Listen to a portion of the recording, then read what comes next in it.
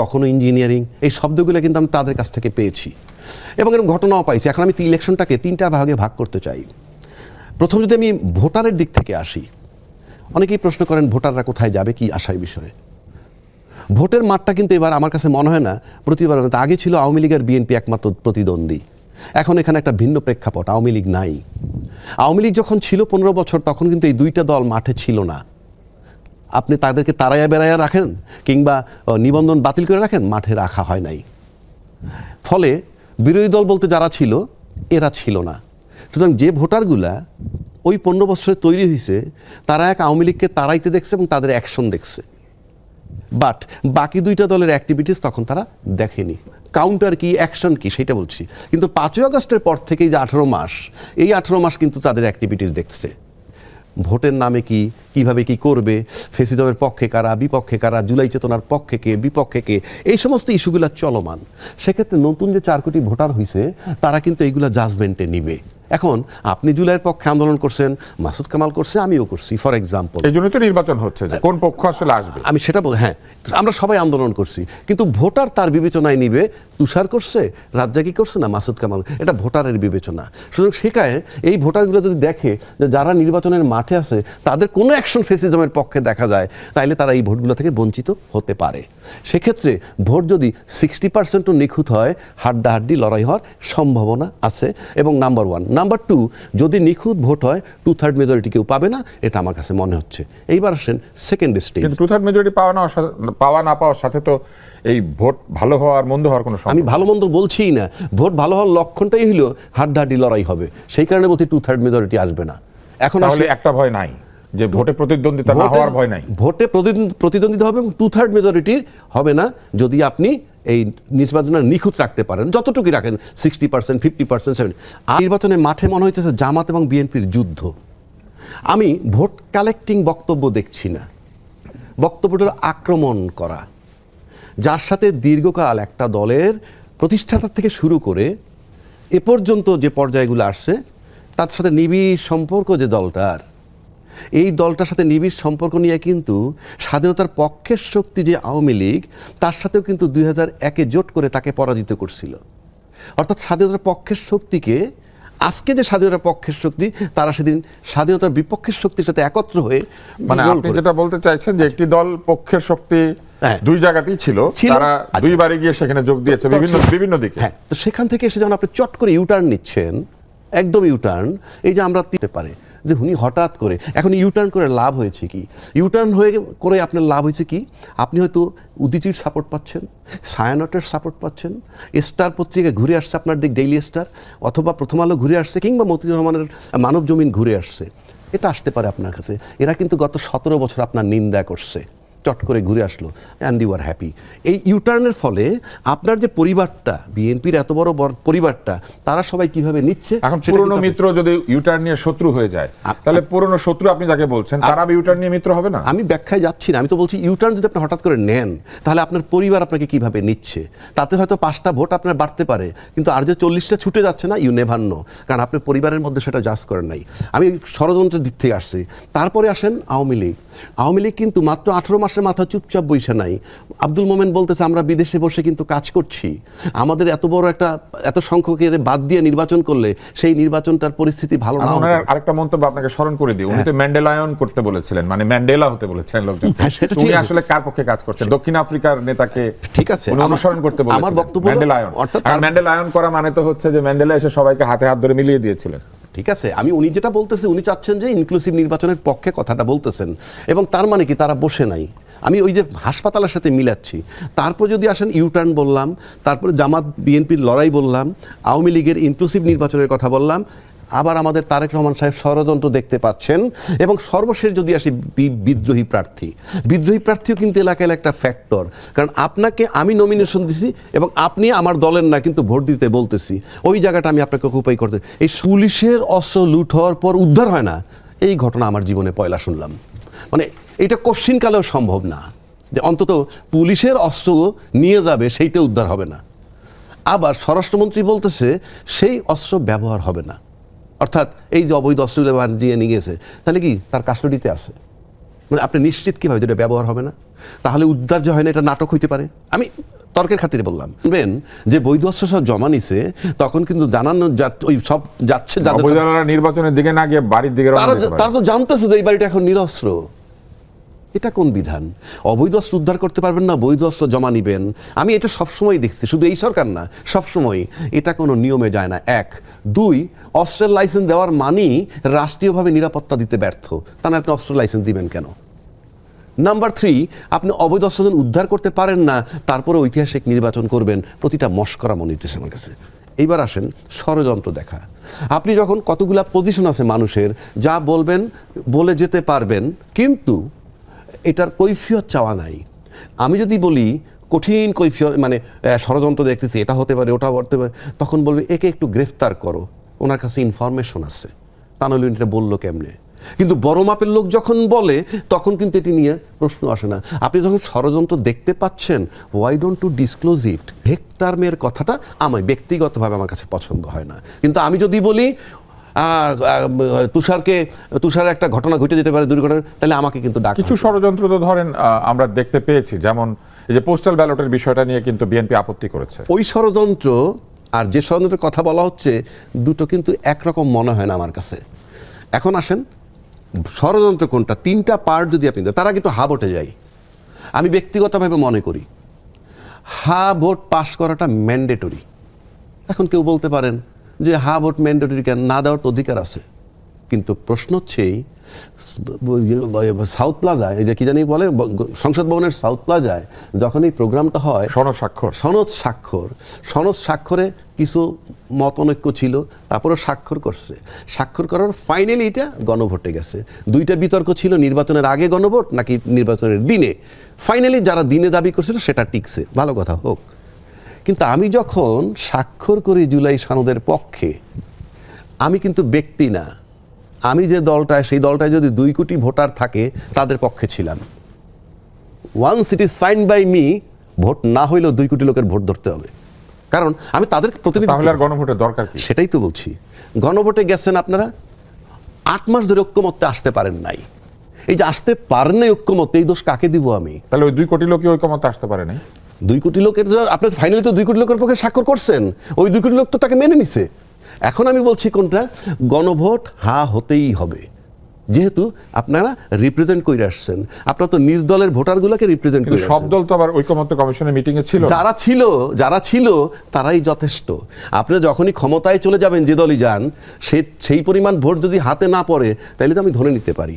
আমি সেই অর্থে বলছি হা ভোট বিজয়ী হইতে হবে, যেহেতু তাদের পক্ষে রিপ্রেজেন্ট করছেন। বসে থাকে, চাকা থাকে না।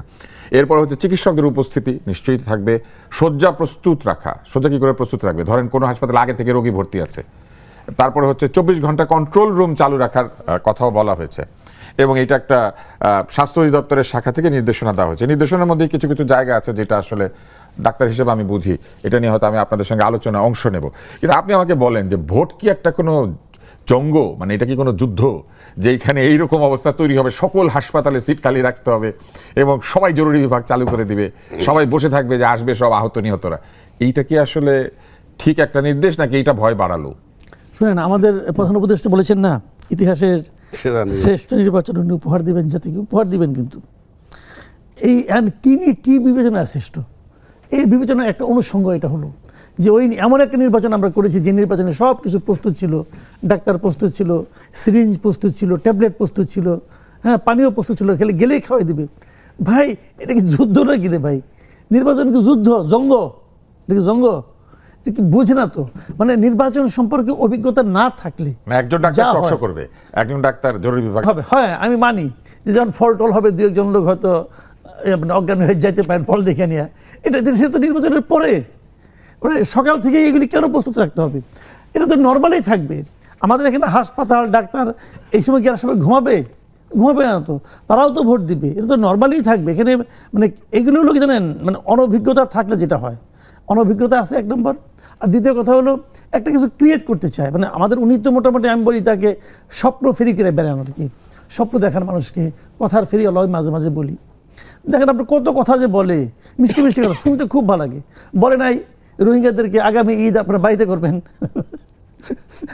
কেউ করতে পারবে। সাথে ঈদের নামাজ পড়ার কথা ছিল, জাতিসংঘের মহাসচিবের আসার কথা ছিল, এবং এটা যে ওটা যখন বলে আসছে, ধর ওখানে বলে আসছে যে আগামী ঈদ সবাই আপনারা বাড়িতে করবেন, বলে আসার পরের দিন মানে ওখান থেকে বেরোনোর সঙ্গে সঙ্গে উনি এটা ভুলে গেছে। ওনার তার কোনো দায় দায়িত্ব নাই, মানে উনি বলে শেষ। উনি কি এই জন্য একটা কোনো পদক্ষেপ নিছে? রোহিঙ্গা বিষয়ক একটা হাই ভোল্টেজ নাকি একজন লোককে নিয়ে আসছে, যে হাই সিকিউরিটি নাকি একজনকে নিয়ে আসছে। উনি কি করছেন না ভাই এই কয়দিন, এই 1.5 বছরে উনি কি করেছেন বলেন?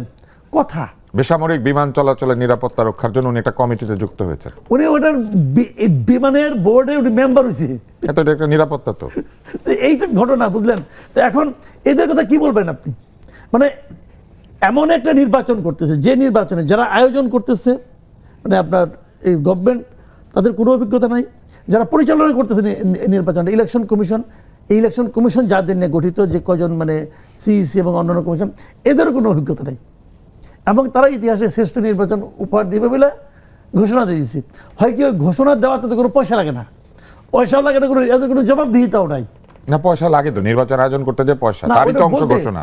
বলতে পয়সা লাগে না, বলতে পয়সা। যে শ্রেষ্ঠ নির্বাচন উপহার দিব, কোনো পয়সা লাগে নাই। আগামী ঈদে রোহিঙ্গাদের বলা হয়েছে ওখানে যে ঈদ করবেন, কোনো পয়সা লাগে না, কিন্তু কোনো রাহা খরচ তাকে দিতে হয় নাই, বলে এসে পড়ছে। এটা বলেও পয়সা রয়েছে, ইলেকশন হয়ে যাবে, বিশ্বের শ্রেষ্ঠ ইলেকশন হবে। তো এইগুলি ভাই বলার জন্য বলে, মানে যদি কোনো দায় দায়িত্ব না থাকে, যদি একটা ইলেকটেড গভর্নমেন্ট হইতো, অনগন্ধ থাবাতে ধরতো, এই মেয়ে এটা বললা এটা মিলাই দাও, কিন্তু এদের তো কোনো দায় দায়িত্ব নাই। ডক্টর ইউনূসের কোনো দায় দায়িত্ব নাই, ইলেকশন কমিশনের কোনো দায় দায়িত্ব, কারো কাছে কোনো জবাব দিতে নাই, ডক্টর আলী রিয়াজের কোনো জবাব দিতে নাই। যা ইচ্ছা বললাম বলে চলে গেলাম, মিললে মিললো, না মিললে না মিললো, না মিললে ধরে নেবেন, এটা আপনাদের নিয়তি। মাসুদ কামাল আমাদের সঙ্গে টাঙ্গাইল থেকে নাহার চাকলাদার যুক্ত হয়েছেন। আমরা একটু নাহার চাকলাদারের কাছে জানতে চেষ্টা করব, আজকে আমরা কথা বলছি ভোট নিয়ে ভয় কেন। আপনি তো মাঠে আছেন, আপনি বলবেন যে টাঙ্গাইলের জনগণ কি ভোট নিয়ে কোনো শঙ্কা প্রকাশ করছে, অথবা ভোটকে ঘিরে আনন্দ উত্তেজনার কি অবস্থা? আমরা শুনেছিলাম যে অত্যন্ত আনন্দময় ভোটের উৎসব হবে, তো আপনি কি দেখছেন আসলে মাঠে? নাহার চাকলাদার। ধন্যবাদ আপনাকে। জি, শুনতে পাচ্ছেন? আপনাকে হ্যাঁ, আমরা আপনাকে শুনতে পাচ্ছি। ভোট নিয়ে আনন্দ যতখানি, তার চেয়ে অনেক বেশি ভয় এবং শঙ্কা। শঙ্কাটা কিরকম, যে হ্যাঁ না ভোটটা তারা কিন্তু আসলে বোঝে না, যে হ্যাঁ না ভোট দিয়ে কি হচ্ছে। সংস্কার বলতে কিন্তু সাধারণ জনগণ কিছু বোঝে না, সংস্কার কাকে বলে। সুতরাং তারা কনফিউজড, হ্যাঁ ভোট দেবে না না ভোট দেবে। এখানে প্রার্থীর ব্যাপার আছে, যে প্রার্থী ধানের শীষ মানেই তারা ভাবছে যে এটা বোধহয় সরকার দল। ওইদিকে এখানে বিক্ষিপ্ত কিছু ঘটনা ঘটছে। জামাত যে বলছে যে আমরা ভেস্তে চাবি দিচ্ছি, এ নিয়ে বেশ কিছু মারধরও হচ্ছে। মাঝখান থেকে যারা বিদ্রোহী প্রার্থী যাদের আখ্যায়িত করা হচ্ছে, তারা হয়তো একটা সময় বিএনপিতে যোগ দিয়েছিল, সেখানে তারা প্রত্যাশা ছিল যে তারা লোকাল রাজনীতিবিদ, হয়তো তারা মনোনয়ন পাবে, কিন্তু মনোনয়ন পায়নি। সেক্ষেত্রে তারা কিন্তু ভোট থেকে পিছপা হচ্ছে না। এই যে ত্রিমুখী একটা লড়াই, এই ত্রিমুখী লড়াইটাও জনমনের একটা সংখ্যা তৈরি করেছে। আরেকটা সংখ্যা তৈরি করেছে যে তাদের ভোটটাকে আগেই হয়ে যাবে, নাকি তারা আদৌ ভোট দিতে পারবে। এই সবকিছু মিলিয়ে আসলে একটা গুবলেট। নাহার চাকলাদার, আপনাকে ধন্যবাদ। নাহার চাকলাদার ছিলেন আমাদের টাঙ্গাইলের প্রতিনিধি নেক্সাসের। আমরা এইখানে এসে আরেকটি বিরতি নেব, বিরতির পর ফিরে আসব আমাদের আলোচক আবু হেনা রাজ্জাকির কাছে। চলমান রয়েছে, বিরতির পর ফিরে আসছি।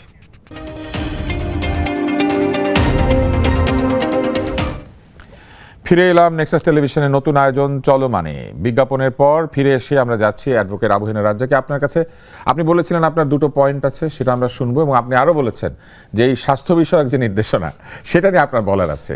না, ধন্যবাদ। আগে স্বাস্থ্য বিষয়কটাই বলি। স্বাস্থ্য বিষয়ক বিষয়টাকে হালকা নিচ্ছি না, এর কতগুলো সমীকরণ আমি আপনাকে দেই। এবারে এরকম কোনো ফ্যাক্টর কি উল্টা দিকেও নাই, মানে জামাত এনসিপি সব দিকে থাকতে পারে সবার, তাহলে তারাও তো ঘুরে গিয়েছেন, আগের মিত্রকে ছেড়ে দিয়ে নতুন মিত্র নিয়েছেন। তাহলে কি হবে, যে পরিস্থিতিটা হতে পারে তাতে হাসপাতালে। আপনার কাছে স্বাস্থ্য বিষয়ক বিষয়ে পরে আসি, আমরা একটু মাসুদ কামাল আপনার কাছে আসি। বাংলাদেশে 18 কোটি লোকের মধ্যে 15 বছর এবং তার চেয়ে বেশি বয়সের স্বাক্ষর জ্ঞান সম্পন্ন মানুষ হচ্ছে 61%। 15 বছর থেকে ধরলে কিন্তু একটা বিরাট অংশ বাদ যাবে যদি 18তে যায় আবার। কিন্তু এর মধ্যে যারা স্বাক্ষর ভোটার, অর্থাৎ 18-র উপরে যারা, তাদের মধ্যে সবাই তো এই সংস্কার বুঝে না, এবং হ্যাঁ না ভোট দিতে পারলেও তারা ঠিক কী করে সিদ্ধান্ত নেবে এটা নিয়ে কিন্তু একটা সন্দেহ আছে। এবং ব্যুরো অফ স্ট্যাটিস্টিক্স বলেছেন যে বাংলাদেশে প্রায় 40% মানুষ স্বাক্ষর না। এখন এই যে 40% ভোটার স্বাক্ষর নন, তারা এই জটিল গণভোটের বিষয় কি করে বুঝবে? 40% না, আমার জানা মতে আমি বলি আপনাকে, সরকারি হিসাবে এদেশে 72% মানুষ স্বাক্ষর জ্ঞান আছে, মানে তারা নিজের নামটা সিগনেচার করতে পারে, আর কিছু না। কিন্তু আমি যদি 72%টাও ধরি সরকারি হিসাবটা, তারপরেও 28% লোক লিখতে এবং পড়তে জান না, এবং যারা জানে না তাদের জন্য এটা হলো একটা কৌতুক, এটা জাস্ট একটা কৌতুক, একটা কাগজ ধরাই দিয়েছেন, তুমি হা অথবা না দাও, যে কথাগুলি বলা হয়। মানে যেহেতু 40% লোক বুঝেই না কিছু, একেবারে পড়তেই পারে না, তাদের কাছে লিফলেট গিয়ে যারা 18-র মধ্যে, আচ্ছা 15-র উপরে, আপনি ধরেন 18-র উপরে, তাহলে আরো একটু কিছু কম হতে পারে, এখন কথা হলো কি আমি বলি বেশি হতে পারে আর কি। 15 থেকে যদি 40% ধরেন, 15 থেকে 18 এরা তো স্কুলে গিয়েছে প্রায় সকলে, কিন্তু 18-র উপরে গেলে পরে কিছু বেড়ে যেতে পারে এটা ভোটার। এখন অনেকে বলেন যে, যেটা নাকি রাজ্জাকি ভাবে বললেন, যে পলিটিক্যাল পার্টিগুলি একটা দায়িত্ব আছে, পলিটিক্যাল পার্টিগুলো তার যারা সমর্থক আছে তারা তাদের মতো করে করবে, যেহেতু সবাই সিগনেচার করেছে, অতএব তাদের সমর্থকরা সবাই ভোট দিবে হাতে। তো এটাও ঠিক না, এটাও ঠিক না। কেন আমি বলি, বিএনপি যারা করে সবাইকে বিএনপি যারা একদম যারা কর্মী তারা না মানলো এটা, কিন্তু যারা বিএনপির সমর্থক তারা তো এটা মানতে বাধ্য না। তারা কি হুবহু, তারা কি এটা কি ম্যান্ডেটরি যে বিএনপি সমর্থন করি অতএব ওরা যেটা বলবো হুবহু আমাকে তাই করতে হবে? গণভোটের ব্যাপারে কিন্তু নাগরিক যে কোনো সিদ্ধান্ত নিতে পারে, গণভোটের সাথে তার দলের ক্ষমতা যাওয়া না যাওয়ার কোনো সম্পর্ক নাই। তার হচ্ছে বড় কথা যে বিএনপি, সত্যি কথা বলি, বিএনপির মানে মুখে একটা বলে, বিএনপির মনে আরেকটা আছে ভাই। বিএনপির মনের কথা হলো তারা এই গণভোট মানে হা ভোট জিতুক, এটা বিএনপি চায় না। এখন আপনি বলবেন যে কেন জানো, তুমি কেমনি বুঝলা, তুমি তো বিএনপি করো না। আমি করি না, বাট ওদের কাজকাম দেখে বুঝি। কাজকাম দেখে বুঝি কীভাবে? দেখেন, এই গণভোট যখন শুরু হয়েছে, যে দিক থেকে সংস্কারের কর্মকাণ্ড চলে, বিএনপি তো নিজস্ব 31 দফা আছে, তারা কি ওই 31 দফার কার্যক্রম বন্ধ রাখছিল একদিনের জন্য? রাখে নাই তোরে ভাই, এখনো বন্ধ রাখে নাই। এইবারে নির্বাচনে তাদের ম্যান্ডেট তারা জনগণের চাবে 31 দফার ভিত্তিতে। এইখানে আপনি আপনার কথাগুলো একটু মনে রাখবেন। আমরা এর মধ্যে যুক্ত হতে পেরেছি রংপুরে। রংপুর একটি গুরুত্বপূর্ণ জায়গা, কারণ আমরা রংপুরে দেখেছি যে জাতীয় পার্টি অনেক আসন পায়। তো আমরা রংপুরে যাব এবং আমরা নাটোরেও যাব। আমরা প্রথমে যাচ্ছি রংপুর থেকে, যুক্ত আছেন নূর মোহাম্মদ, তিনি আমাদের নেক্সাস প্রতিনিধি সেইখানে। আপনি একটু বলবেন যে দুটি বৃহৎ জোটের যে আসন বিন্যাস, সেই বিন্যাসে আমরা অতীতেও দেখেছি যে জাতীয় পার্টি রংপুরে সাধারণত ভালো করে। এখন আপনি কি অবস্থা দেখতে পাচ্ছেন রংপুরে, এবং ভোট নিয়ে কি তাদের মধ্যে কোনো শঙ্কা আছে, ভোটারদের মধ্যে কোনো ভয় আছে, কিংবা এটাও কি তারা ভাবছে যে পুরনো যে অবস্থা ছিল নির্বাচনে সেটা খানিকটা বদলে যেতে পারে? অর্থাৎ এবার কি তারা তরুণ প্রার্থী নির্বাচন করতে পারেন, কেননা ওই জায়গাতে এনসিপির প্রার্থী আছে? জি, ধন্যবাদ আপনাকে। রংপুরে যে 6টি আসন রয়েছে, সেই 6টি আসনের মধ্যে শুধুমাত্র 4 যে আসনটি রয়েছে, সেই 4 আসনে এনসিপির সদস্য সচিব আক্তার হোসেন তিনি নির্বাচন করছেন 11 দলীয় জোটের পক্ষ থেকে। এবং রংপুর যে 3 আসন, সেটি গুরুত্বপূর্ণ আসন, দীর্ঘদিন থেকে জাতীয় পার্টির চেয়ারম্যান ছিল। তার পরবর্তীতেও জাতীয় পার্টির বর্তমান চেয়ারম্যান জি এম কাদের তিনি সেখানে প্রার্থী হয়েছেন গতবারের মতো এবারও। তিনি তো বরাবরই আইন শৃঙ্খলা পরিস্থিতি, নির্বাচনের লেভেল প্লেইং ফিল্ড এবং নির্বাচন আদৌ হবে কিনা এমনটি বরাবরের মতো বলছেন। এবং কিছুদিন আগেও রংপুরে তিনি এসেছিলেন, নির্বাচনী প্রচারণা চালিয়েছেন, এবং তখনও তিনি বলেছেন যে আইন শৃঙ্খলা পরিস্থিতি এবং তাদের পক্ষে লেভেল প্লেইংটি নেই। এবং বাকি যে আসনগুলো রয়েছে, সেই আসনের মতো গতকালকে রংপুর 1 আসনে যে লাঙ্গুলের যে প্রার্থী ছিলেন তার প্রার্থিতা বাতিল হয়েছে হাইকোর্ট থেকে। রংপুরের 6টি আসনের মধ্যে 5টি আসনে এখন লাঙ্গুলের প্রার্থী রয়েছে। আমরা কথা বললাম রংপুর থেকে আমাদের প্রতিনিধি নূর মোহাম্মদের সাথে। আমরা নাটোরে যেতে চাই। নাটোরে আছেন শরীফুল, তিনি নেক্সাসের প্রতিনিধি, এবং আমরা তার সঙ্গে যুক্ত হওয়ার সাথে সাথেই আমরা নাটোরে যাব। আমরা তার ফাঁকে কথা বলি আবারও মাসুদ কামাল আপনার সঙ্গে। আপনি কথা বলছিলেন যে 31 দফা থেকে বিএনপি তো সরে নাই, তারা 31 দফার পক্ষে প্রচারণা চালাচ্ছে, এবং তাদের কিন্তু যথেষ্ট আপত্তি ছিল যে 10 বছরের মেয়াদ, 2বারের বেশি পারবে না, এবং তাদের মূলনীতি বিষয়েও কিছু আপত্তি ছিল, যে ধর্মীয় স্বাধীনতা এবং সাম্য এরকম তো নয়, তাদের তো নির্দিষ্ট মূলনীতি আছে এই দলের তৈরি করা। আমি ওই জায়গাটাই বলছি যে বিএনপি কখনোই এই পুরো সময়ের মধ্যে 31 দফা নিয়ে তাদের রাজনৈতিক কর্মকাণ্ড একদিনের জন্য থামায় নাই। এখন যদি বিএনপিটা না থামায়, কী কারণে থামায় নাই? কারণ তারা তো ওইটা নিয়েই কাজ করতেছে, এবং তাদের সংস্কার প্রস্তাব হলো এর চেয়েও আরও 3 বছর আগে তারা দিয়ে রাখছে। তাদের সংস্কার প্রস্তাবে তারা নিজেরা গবেষণা করেছে, তাদের যারা শরিক রাজনৈতিক দলগুলো তাদের সঙ্গে বসেছে, এবং তারা পলিটিক্যালি যে রাজনৈতিক প্রস্তাবটা নিয়ে আসছে 31 দফা, তারা সেইটাকে বাদ রেখে কতিপয় ভাড়াটে বুদ্ধিজীবী, কতিপয় এনজিবি, এনজিও এদের প্রণীত সংস্কার প্রস্তাব এবং একজন রাষ্ট্রবিজ্ঞানী দ্বারা প্রণীত একটা সংবিধানের প্রস্তাব তারা গ্রহণ করবে, এটা ভাই আমার সাধারণ বুদ্ধিতে মনে হয়। ওনার মূল পড়াশোনা তো রাষ্ট্রবিজ্ঞানে না, উনি ওনার যদিও মূল পড়াশোনা জার্নালিজমের ভাই। তাহলে উনি রাষ্ট্রবিজ্ঞান এখন সম্পর্কে উনি অনেক গাইড কিছু করে জানেন। গেছে, উনি সব জানতা। আপনি আমারে বলেন না ভাই সংবিধান নিয়ে আমি আধা ঘন্টা আলাপ করবো, তাই বলে আমি সংবিধানের বিশেষজ্ঞ হয়ে গেলাম? সংবিধান বিশেষজ্ঞ চলতে হবে, সংবিধান এটা ওনারা হবে, আমি তো হবো না ভাই। এটা তো অন্য জিনিস রে ভাই, ওই আলাপ কমন সেন্স দিয়ে আলাপ করা যায়। কিন্তু বিএনপি তো এই ঐকমত্য কমিশনের সব সভায় অংশ নিয়েছে এবং তারা তো অংশ নিয়েছে, তারা তো নোট অফ ডিসেন্ট সহ এই সনদে স্বাক্ষর করেছে, তাদের তো একটা প্রতিশ্রুতি আছে। গত 1.5 বছরে বিএনপি ছিল একটা মানে উভয় সংকটের মধ্যে। তারা সব সময় চেষ্টা করেছে যে সরকারকে খুশি রাখতে। কারণটা এটা, তাদের একটা ভয় ছিল আমরা যদি সরকারকে আনহ্যাপি করি, সরকার যদি বলে নির্বাচন দিব না, তাহলে কি হবে? তাদের মূল লক্ষ্য হলো ভাই কোনো মতে তাইরে নাইরে করে খালি ফেব্রুয়ারিতে ইলেকশনটা দিয়ে দাও, ইলেকশনের পরে দেখবো কি হয়। এই জন্যই তারা কিছু প্রতিবাদ করে নাই, জেনে কেছে সাইন দাও, সাইন দিয়ে আসছে কি হয়েছে? এরকম সাইন জীবনে কত জায়গায় কত লোক দিছে। আপনি কি মনে করেন যে সাইন দেওয়ার পরেও বিএনপি সংসদে গেলে তারা অন্যরকম আচরণ করতে পারে? আমি একটা কথা বলি আপনাকে, সাইন তো দিয়েছে, ওইটা দিয়ে আসছে না, সাইন দিয়ে আসছে না 5% নারী সদস্য তারা এইবারে ত্রয়োদশ সংসদেই মনোনয়ন দিবে। কিছু তো দিয়েছে, পাঁচ দিছে দেয় নাই, কিন্তু জামাত ইসলাম একজনও দেয় নাই। জামাত কি যে নাকি সবচেয়ে বেশি উচ্চকিত শূন্য, তাহলে টাটকা সাইন দিয়েছে, এখনো কালিও শুকায় নাই, এখনই মানে না, আর পরে মানবো। আপনার কি মাথা খারাপ হয়েছে রে ভাই? এখনই মানে না। আমরা আবহেনা রাজ্যকে আপনার কাছে আসবো, আবার একটা ছোট্ট বিরতি নেবো। আমাদের বিরতিগুলি আসলেই ছোট্ট, কয়েক মিনিট পরেই ফেরত আসছি। চলমান দেখবেন বিজ্ঞাপনের পর।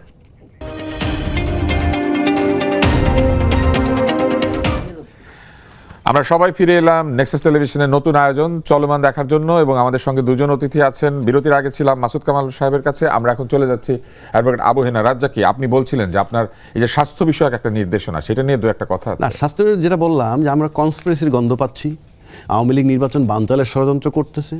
আবার আমাদের যেমন আমি ব্যক্তিগতভাবে একটা জিনিস বলি, ওই হাসনাত আবদুল্লাহরা গংরা তারা বলছিল আওয়ামী লীগের ব্যান্ড করতে, ব্যান্ড হয় নাই, কার্যক্রম বন্ধ আছে। তাহলে আমার বক্তব্য হলো যে 25 ব্যান্ড হলেও তো কার্যক্রম বন্ধই থাকতো। না, আমি কথা সেটা বলছি না। দলটাকে ব্যান্ড রেখে দল থাকবে খোলা, অথচ নির্বাচন করতে পারবে না, বিষয়টা আমার কাছে একটু প্রশ্নবোধক। আপনি যদি ব্যান্ডই করে দিতেন, মনে করেন আমি ব্যান্ডের পক্ষে, ফর এক্সাম্পল আপনি ব্যান্ডই করে দেন, আপনি 25% বা 30% লোককে রিপ্রেজেন্ট করে এরকম একটা দলকে বাইরে রেখে নির্বাচন, ইনক্লুসিভ নির্বাচন না করলে এটা জটিলতা হবে। এই কারণে হাসপাতালের সাথে একটা সম্পর্ক আমি খুঁজে পাই। ষড়যন্ত্র দেখতেছেন, নির্বাচন বানচাল দেখতেছেন, মাঠে জামাত, এই ব্যাপারে কিন্তু মাসুদ কামাল জামাত আমি আপনাকে প্রশ্ন করি, এবং আপনি বিদ্রোহী প্রার্থীও আছে, সবকিছু মিলে আপনি অস্বাভাবিক কিছু না। আমি আপনাকে একটা প্রশ্ন করি। পররাষ্ট্র দপ্তর সরকারের তারা বলেছেন যে নির্বাচনে সহিংসতা হলে এটা আওয়ামী লীগেরই দায়িত্ব হবে, নির্বাচনে শুধু আওয়ামী লীগই গন্ডগোল করবে, অন্য কোনো প্রার্থী বা অন্য কোনো দল করবে না। এটার উত্তর সবচেয়ে ভালো পররাষ্ট্র মন্ত্রণালয় দিতে পারবে। আর আমি কিন্তু টোটাল সিনারিওটা বলছি না, কিন্তু অপরাধ করার আগেই কিভাবে বলে দেয় যে গন্ডগোল হইলে আওয়ামী লীগ দায়ী। যেভাবে প্রথম আলো বলছিল এই বেগম এই 2004 সালের যে গ্রেনেড হামলা, আমি বলছি না গ্রেনেড হামলা নিয়ে আমার বিতর্ক নাই, ওটা ঘটছে, কিন্তু প্রথম আলো লিখে দিছিল এটা বেগম খালেদা এবং তারেক রহমান করছে। পুলিশ রিপোর্ট হওয়ার আগে তখন দিতে পারছিল কেমনে, আজকে সেই পত্রিকা কোথায় রিভার্স, এগুলা কেমনে মৌকুব পায় জানেন? মাসুদ কামাল অনেকগুলা কথা বলছে যে আমরা মুখে যাই বলুক ভিতরে তাদের অ্যাকশন নেই, এটা আমি একমত। রাজনীতিবিদ তো কোনো স্থায়ী শত্রু না, একটা ভেগ টার্ম আছে, রাজনীতিতে শেষ কথা বলতে কিছু নাই, খুব কমফোর্টেবলি বইলে ফেলে এবং এটা সবাই গিলে ফেলে, কোনো দোষ নাই রাজনীতিবিদের। মানে আমি সকালে এক কথা বিকেলে এক কথা বলতে পারবো, এইটাই তো ম্যাকিয়াভেলিয়ান পলিটিক্স, যেখানে আপনি রাজা যা মনে করে আমি সেটাই তো করে। দ্বিমত করছি না, এই একটা লাইন, কিন্তু এই একটা ঘটনা নিয়ে আপনি আপনার ছেলেকে বা মেয়েকে একটা বিষয় নিয়ে 3 দিনে 3 পদের কথা বইলে দেখেন কি রিপ্লাইটা আসে। অথচ রাজনীতির মাঠে সহজ সরল লোক 70% 80% শিক্ষা মান নাই, লেখাপড়া নুন আনতে পান্তা ফুরায়, এদেরকে মডেল বানায় ভোটটা নিতেছেন, শেষ কথা বলতে কিছু নাই বইলে, এটাকে প্রতারণা বলে। এই যে 18 ইয়ার্সের একটা কথা আসলো, আপনি বলেন তো আপনার 18 বছরের বাচ্চাটা, মেয়ে বা ছেলে, সে কি ভোট দিবে, কাকে ভোট দিবে, কিভাবে প্রার্থী চুজ করে? আমরা তো তারা ভোটার বানাই দিয়েছি। তাকে নিয়ে যান কলেজে, আপনি নিয়ে আসেন বাসায়, সে নাকি দিবে ভোট, সেই ভোটে আপনি এমপি হবেন, সেই ভোটে সে মন্ত্রী হবে, পার্লামেন্ট চলবে। আরে ভাই, একটা বয়স তৈরি করেন না যে ভয়টা কেউ কেউ বলেন বিদেশে আছে, আরে বিদেশে তো 18 বছর বয়স হইলে গেট লস্ট, তুমি তোমার মতো চলে যাও। আমরা তো এটাও শুনেছিলাম, আমাদের প্রধান উপদেষ্টা বলেছিলেন ভোটের বয়স 17 বছর। প্রধান উপদেষ্টা আমি টানতেছি না, কেন টানতে জানেন? ওনার কোনো দায় দায়িত্বই নাই, উনি 12 তারিখ চলে যাবে, আমার বলে লাভ কি? আমি বলছি আমরা কি করলাম 53 বছর? এই যে সংস্কারের কথাটা আসলো, ঐক্যমত্যের কথাটা আসলো, 8 মাস লেফট রাইট করলেন কেন? 8 মাস ইউনূস সরকারকে বাদ দেন, তার কোনো দায় দায়িত্ব নাই। আমরা রাজনৈতিক দলগুলো তো ঐক্যমত্যে আসতে পারতাম, আমার কি গণভোট লাগতো? মাসুদ কামাল আপনার কাছে আসি, আমরা তো পারি নাই, আপনার কাছে আসি। এই ব্যর্থতা রাজনীতিবিদদের। আমরা ডেইলি স্টারের প্রসঙ্গ যেহেতু এসেছে, সেখানে বলা হয়েছে যে পর্যবেক্ষকদের সংখ্যা 2008 সালের পর এই নির্বাচনেই সবচেয়ে বেশি, এবং তৃণমূল স্তরের নাগরিক গোষ্ঠী থেকে শুরু করে অভিজ্ঞ আন্তর্জাতিক মিশন পর্যন্ত অসংখ্য পর্যবেক্ষকের উপস্থিতি গণতান্ত্রিক পরিবর্তন নিয়ে দেশের মানুষ এবং বৈশ্বিক আগ্রহেরই প্রতিফলন। কিন্তু আমরা আবার এটাও লক্ষ্য করলাম যে ওয়াশিংটন পোস্ট একটি প্রতিবেদন করেছে যেখানে আগ্রহের আরেকটি নমুনা দেখা গিয়েছে। দায়িত্বশীল কর্মকর্তা তাদের রাজনৈতিক অবস্থান কি হবে ইলেকশন এবং ইলেকশনের পরে সেটা বলছেন। এখন এই যে এইখানে নাকি 55,454 জন পর্যবেক্ষক থাকবেন, এদের মধ্যে 500 জন থাকবেন বিদেশি পর্যবেক্ষক। তো 2008 সালের পর নাকি এটাই সবচেয়ে বৃহৎ উপস্থিতি। আপনার কি মনে হয় এত বৃহৎ পর্যবেক্ষক কেন লাগছে? একটা ঐতিহাসিক নির্বাচন এত পাহারা দেওয়ার কি দরকার আছে? নাকি পাহারাই এই নির্বাচনকে ঐতিহাসিক করবে? আর এই যে বিদেশিরা যে আমাদেরকে নিয়ে অনেক মাথা ঘামাচ্ছে, শুনেন, এগুলি হরে ধরে পর্যবেক্ষক বানাইছে, এগুলি যদি কোয়ালিটি পর্যবেক্ষক খুব একটা পাবেন না। আর তবে তারা আসুক, খারাপ না, পর্যবেক্ষক থাকা ভালো। আর আরেকটা কারণ হলো কি, এই যে কথাটা নাকি আমি যে মাথা নাড়লাম তখন, যেটা আর কি, এই নির্বাচনে কোনো মারামারি, কোনো রক্তক্ষয় খুব বেশি একটা হবে না। হবে না এই কারণে, মানে মারামারির ভয়টা ছিল যদি আওয়ামী লীগ করতো, আওয়ামী লীগ করবে না। আওয়ামী লীগ এ কারণে করবে না, আওয়ামী লীগ সবসময় চায়, যেহেতু আওয়ামী লীগ নির্বাচনে নাই, আওয়ামী লীগ নির্বাচনটাকে প্রতিরোধ করতে চাইবে না। আওয়ামী লীগের প্ল্যান হলো যে ভাই যেই আসুক একটা পলিটিক্যাল গভর্নমেন্ট আসুক, এবং তারা এটাও মনে করে একটা পলিটিক্যাল গভর্নমেন্ট আসলে তাদের অবস্থা আগের চেয়ে ভালো হবে, ইউনূসের বিদায় হোক, এটাই ওনারা চায়। এবং সেই বিচারে আওয়ামী লীগ এই গভর্নমেন্ট এই ইলেকশনের মধ্যে কোনো ঝামেলা করবে। সরকার তো বলেছে আওয়ামী লীগ ঝামেলা করবে, ওটা বলছে আগাম বলে রাখলো একটা। তাহলে কে করবে? তাদের এটা হলো কি অক্ষমের অজুহাত, তাদের কোনো ক্ষমতাই নাই আসলে। দেখেন না আপনার স্বরাষ্ট্র উপদেষ্টা, সে কি বলে, অস্ত্র উদ্ধার হয় নাই, আমি গ্যারান্টি দিয়ে বলতে পারি তারা এইগুলি এখানে ব্যবহার করবে না। সে গ্যারান্টি কেমন দেয়? এইগুলি কোনো কথা আপনি এদের কথা ধরে নেন ভাই। এই সরকারের মতো এত দায়িত্বহীন, মানে এত নন সিরিয়াস টাইপের গভর্নমেন্ট আমি জীবনে দেখি নাই। এরা জানেও না কি বলতে হবে, কিভাবে বলতে হবে। কাজে ওরা বলতেছে বলুক, কিচ্ছু হবে না, এই নির্বাচন শান্তিপূর্ণ হবে। কারণ নির্বাচনে যারা অংশ নিচ্ছে বিএনপি এবং জামাত, দুইটা দলই মনে করতেছে ভোট তাদের পক্ষে আসবে, এবং এটার জন্য তারা চেষ্টা করবে ম্যাক্সিমাম ভোটে আনার জন্য। উত্তেজনা থাকলেও ওইটা মারামারির পর্যায়ে যাবে এবং ভয়ঙ্কর অবস্থা হবে, যেখানে হাসপাতাল ঠিকঠাক রাখতে হবে। এটা ভাই আমার কাছে মনে হয় না এটা এরকম কোনো বাস্তবতা দেশে এখন আছে। শেষ কোনো মন্তব্য আছে আবহিনা রাজ্জাকে আপনার? না, শেষ মন্তব্য বলতে আপনি ব্যক্তিগতভাবে যদি আপনি আমাকে বলেন, তাহলে আমি নির্বাচনটার পথটা, নির্বাচন 12 তারিখ হোক সেটা আমরা চাই, কিন্তু আমার এখনও একটাই প্রশ্ন, মাসুদ কামাল ভাই বললো যে আওয়ামী লীগ চায় নির্বাচিত সরকারের কাছে ক্ষমতাটা আসুক। আমার কাছে সেটা মনে হয় না। আমার কাছে মনে হয় যে নির্বাচনের চেয়ে গুরুত্বপূর্ণ হলো removal of Yunus is much more important than election. আমি সেটাই বলছি, নির্বাচন হলে উনি এমনি চলতে যেতে বাধ্য। আর যদি পরিস্থিতি ঘোলাটে হয়, এমন বেসামাল হয়, তাহলে হয়তো উনি চলে যাবেন। এখন নির্বাচন চায় কারা? যারা মোটামুটি নিশ্চিত আছে যে নির্বাচন হইলে পরই আমরা ক্ষমতায় যাব, সুতরাং তারা নির্বাচনটা চায় যে কোনোভাবে। এক, নির্বাচনে যার বিজয়টা নিশ্চিত মনে করে তার একটা গুরুত্ব বেশি। আর পতিত সরকার ভাববে নির্বাচিত সরকার একটা আইসা দিদি আমার জায়গাটা নিয়ে ফেলে, অর্থাৎ যেভাবে আমি 15 বছর ছিলাম এই জায়গাটা যদি কেউ অকুপাই করে ফেলে, তাহলে আমি হয়তো জীবনের তরে বিদায় হয়ে যেতে পারি। সুতরাং আশা করি তিনি এদিকে খেয়াল রাখবেন যাতে এমন কোনো সরকার আসতে না পারে নিশ্চিত 5 বছর থাকে, কিংবা ইউনূসের রিমুভাল ইম্পর্টেন্ট, ইলেকশন ইম্পর্টেন্ট নয়। মাসুদ কামাল, আপনার শেষ একটা মন্তব্য। শুনেন, এটা যে আশঙ্কাটা করলেন না, যে যদি 5 বছর থেকে যায় এই ভয়টা আওয়ামী লীগ পাবে কিনা, আমার মনে হয় না। আমার মনে হয় না এই কারণে, আওয়ামী লীগের ধারণা হলো, হিসাবটা হলো গিয়া যে বিএনপি এবং জামাত দুজনের মধ্যে যেই হারুক সে খুব ভালো বিরোধী দল হবে, এটা হলো আমার ধারণা, এবং শক্তিশালী বিরোধী দল হবে। এবং আমি এই আশঙ্কাও করি যে দলই ক্ষমতায় আসুক তারা 3 বছরের বেশি থাকতে পারবে না, এটা আমার আশঙ্কা। এবং সেটা কারণ হলো যারা বিরোধী দল হবে তারা ওই সরকারকে নামানোর জন্যই আওয়ামী লীগের সাহায্য নেবে। তার মানে আপনি বলতে চাচ্ছেন, একসময় ওবায়দুল কাদের বলেছিলেন যে তলে তলে সব ঠিক হয়ে গিয়েছে, তলে তলে অনেক কিছু, আপনি কি বলতে চাইছেন সবাই তলে তলে সব ঠিক করছে? তলে তলে অনেক কিছু হয়ে যাবে, আমরা জানি না তলে তলে কি হচ্ছে, কিন্তু আমরা উপরে যা দেখি সেটা নিয়ে কথা বলি এবং অন্য বিষয়গুলি আমরা জানার চেষ্টা করি আলোচকদের কাছ থেকে। আজকে নেক্সাস টেলিভিশনের নতুন আয়োজন চলমানের প্রথম পর্ব আপনারা দেখলেন। আশা করছি অনুষ্ঠান আপনাদের ভালো লেগেছে। ভালো না লাগলে আমরা অবশ্যই অনুষ্ঠানের কিছু সংস্কার করব এবং সংস্কার করতে করতে আমরা সামনের দিকে এগিয়ে যাব। তবে এই সংস্কার আমরা কোনোভাবেই গণভোটে দেব না। যদি আপনারা ভোট দিতে চান, ফেসবুকে এসে আপনারা আমাদের সঙ্গে কিছু কমেন্ট করতে পারেন। খারাপ মন্তব্য করলে আমরা অবশ্যই সেটাকে ধরে নেব যে এটি আপনারা ভালো অনুষ্ঠানের দরজা বন্ধ করে দিচ্ছেন, এবং যদি আপনারা ভালো ভালো কথা বলেন বুঝবো যে আপনারা ভালো অনুষ্ঠানের দরজা খুলে দিচ্ছেন।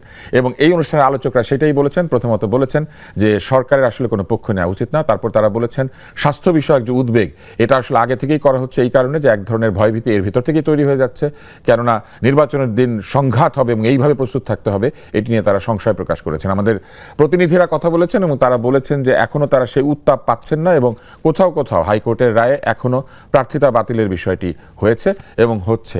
এবং আরও একটি বিষয় তারা প্রত্যেকেই বলেছেন যে এই রাজনীতিতে এক ধরনের ষড়যন্ত্র আছে, তবে সকল ষড়যন্ত্র ভেদ করে নির্বাচন হবে, কিন্তু এই নির্বাচনের পর কি হবে এই বিষয় নিয়ে তাদের মধ্যে মতভেদ আছে এবং এক ধরনের শঙ্কাও রয়েছে। আর আওয়ামী লীগ যারা এই নির্বাচনে অংশ নিতে পারছেন না, ফ্যাসিবাদ যাকে ঠেকানোর জন্য এই গণভোট, এই সব কিছুর পরেও আলোচকরা বলেছেন যে একটা সম্ভাবনা থেকেই যায় যদি পরবর্তী সরকার যারা নির্বাচিত হবেন তারা ব্যর্থ হন, এবং তারা একটি শঙ্কা প্রকাশ করেছেন যে ওপরে ওপরে কিছু থাকলেও তলে তলে অনেক কিছু হতে পারে। আমরা চাই না তলে তলে কিছু হোক, আমরা চাই আমাদের ভোটটি সফল হোক। এবং আপনারা আগামীকাল আমাদের অনুষ্ঠান দেখেন একই সময় রাত 9:30। চলমান থাকবে শুক্র এবং শনিবার বাদে বাকি প্রতিদিন, এবং